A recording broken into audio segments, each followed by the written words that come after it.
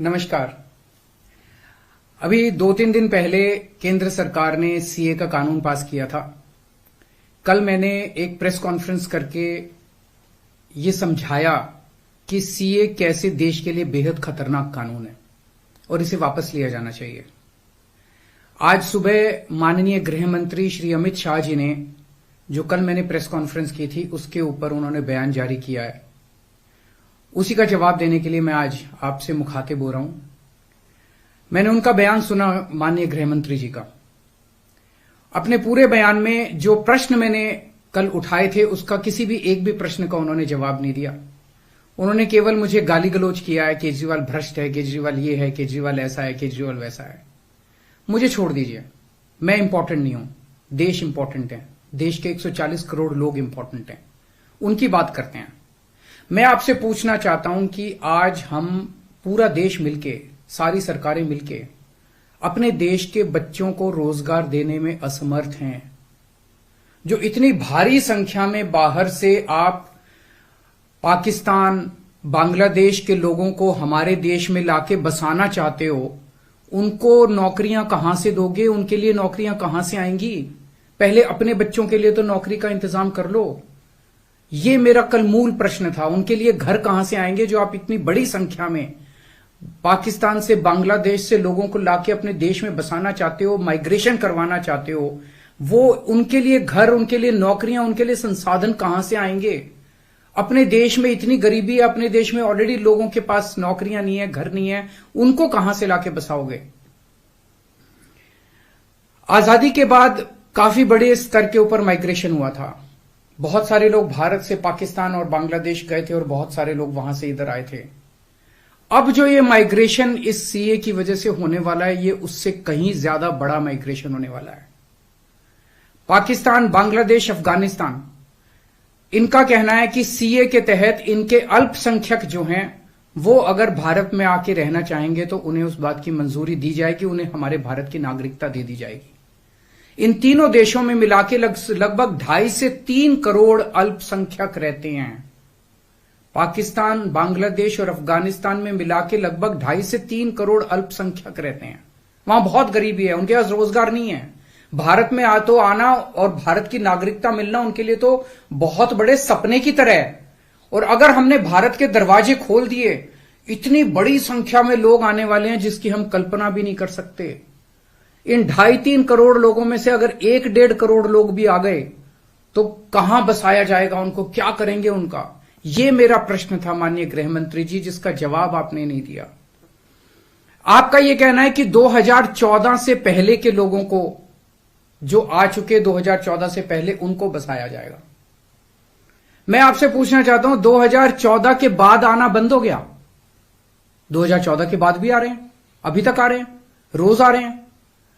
तो अभी तक 2000 जो इलीगल माइग्रेंट आते थे, जो घुसपैठिए हमारे देश के अंदर आते थे, वो डरते थे कि अगर आ गए तो हमें निकाल देंगे, हमें पकड़ लेंगे, हमें जेल में डाल देंगे। उन्हें डर रहता था क्योंकि वो इलीगल थे। अब आप ये कानून लाके उनको लीगल बना रहे हो, अब उनका डर खत्म हो जाएगा। पूरे तीनों देशों के अंदर अब मैसेज ये है कि भारत सरकार अब जो है इन तीनों देशों के घुसपैठियों को लीगल करने जा रही है। तो ये 2014, आज आप 2014 वालों की बात कर रहे हो, कल आप 2019 के पहले वालों की बात करोगे, फिर ये डेट एक्सटेंड करके 2024 कर दोगे, क्योंकि घुसपैठिए तो आ ही रहे हैं।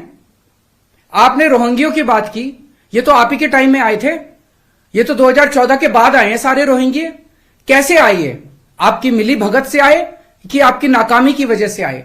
पूरे देश में कहां कहां आपने रोहिंग्यों को बसा रखा है? तो जो इतने एक तरह से दरवाजा जो खोल रहे हो, इनको जो लीगल बना रहे हो, ये देश के लिए बहुत खतरनाक है। और इतनी भारी संख्या में इसके बाद घुसपैठिए आने वाले हैं जिसकी हम कल्पना भी नहीं कर सकते। आज जो 2014 के पहले भी आए थे, हमारे देश के अंदर उनके अधिकार नहीं है। आप उनको नागरिकता देके अब सरकारी नौकरियों दी जाएंगी उनको। पाकिस्तान से आए हुए घुसपैठियों को हमारे देश के अंदर अब सरकारी नौकरियां दोगे आप, उनको उनके राशन कार्ड बनाएंगे हम लोग। आज दिल्ली के अंदर 72 लाख लोगों के राशन कार्ड हैं, वो कम पड़ते हैं। हम बार बार केंद्र सरकार को लिखते हैं, भाई हमारे दिल्ली के अंदर गरीब ज्यादा है, राशन कार्ड बढ़ाने की इजाजत दो। उनके राशन कार्ड बढ़ाने की इजाजत नहीं देते और पाकिस्तान से लाके उनके राशन कार्ड बनाओगे आप, पाकिस्तान और बांग्लादेश के लोगों का। ये तो सही नहीं है। हमारे देश के लोगों के अधिकार मार के आप उनके लोगों को अधिकार दे रहे हो। सरकारी पैसा हमारा पैसा है। सरकारी पैसा 140 करोड़ लोगों का पैसा है, हमारे टैक्स का पैसा है। पाकिस्तानियों ने टैक्स नहीं दिया, बांग्लादेश के लोगों ने टैक्स नहीं दिया, इस देश के लोगों ने टैक्स दिया। इस देश के लोगों के टैक्स का पैसा आप पाकिस्तान और बांग्लादेश के लोगों को यहां लाके उनको बसाने में खर्च करना चाहते हो। यह मंजूर नहीं है इस देश के लोगों को। कृपया इसको, मैं पूरी विनम्रता के साथ बोल रहा हूं कि कृपया इसको समझने की कोशिश कीजिए। और मैं देश के लोगों से जानना चाहता हूं, आपसे जानना चाहता हूं, जो ये मेरी प्रेस कॉन्फ्रेंस सुन रहे हैं और ये वीडियो देख रहे हैं, मैं आपसे जानना चाहता हूं, अगर आपके घर के सामने सड़क के उस पार पाकिस्तान से आए हुए लोगों की झुग्गियां बसा दी गई, क्या ये आपको मंजूर होगा? कौन लोग हैं जो ये पाकिस्तान से आ गए, कौन लोग हैं जो ये बांग्लादेश से आ गए? क्या आपकी बहू बेटियां सुरक्षित होंगी? अगर वहां पे आए हुए लोगों को बसा दिया गया, पाकिस्तान के लोगों को पूरे देश के अंदर जगह जगह बसा दिया गया, क्या आपको ये मंजूर होगा? क्या आप अपने आप को उनके बीच में सुरक्षित महसूस करोगे? और कौन होंगे ये लोग? क्या देश सुरक्षित होगा? पता नहीं कैसे लोगों को पाकिस्तान ही भेज देगा, बहुत सारे लोगों को हमारे देश के अंदर। क्या हमारा देश सुरक्षित होगा? चारों तरफ कानून व्यवस्था की समस्या नहीं पैदा हो जाएगी? इसी को लेकर मैं चिंतित हूं माननीय गृह मंत्री जी। मेरी बात को अन्यथा मत लीजिए, मेरी बात को समझने की कोशिश कीजिए। और हम दूसरे देशों से क्यों नहीं सीखते? कनाडा का हाल देख लीजिए, क्या हो गया। विकसित देश होता था, उसने अपने दरवाजे खोले, पूरी दुनिया भर से लोग आ गए और अब वो माइग्रेशन बंद कर रहे हैं। इसका लंदन, इसका यूके का हाल देख लीजिए, क्या हो गया। पूरे दुनिया के अंदर आज सारे देश बाहर से आने वाले इमिग्रेंट्स को रोकते हैं और आप दरवाजे खोल रहे हो सबके लिए कि सारे दुनिया के गरीब यहां, पाकिस्तान बांग्लादेश के गरीब सारे आके यहां बस जाएं। हमारे गरीबों की चिंता फिर कौन करेगा? अगर आपको लाना ही है बाहर से लोगों को, हमारे देश में पिछले 10 साल में 11 लाख उद्योगपति और व्यापारी भारत छोड़ के चले गए। केंद्र सरकार की, भाजपा सरकार की नीतियों की वजह से, उनके अत्याचार की वजह से। अगर लाना है तो इनको वापस लेके आइए। ये हमारे ही देश के लोग हैं, ये भी भारत के लोग हैं। ये 11 लाख लोग देश को छोड़ के चले गए, ये वापस आएंगे। ये अमीर लोग हैं, इनके पास पैसा है। ये आएंगे, फैक्ट्री लगाएंगे, दुकानें खोलेंगे, व्यापार करेंगे, लाखों बच्चों को रोजगार देंगे। इनको लेके आइए ना, पूरा देश आपका साथ देगा। पर पाकिस्तानियों को और बांग्लादेशियों को हमारे देश के अंदर लाके अगर आप बसाएंगे, ये देश को मंजूर नहीं है। नमस्कार।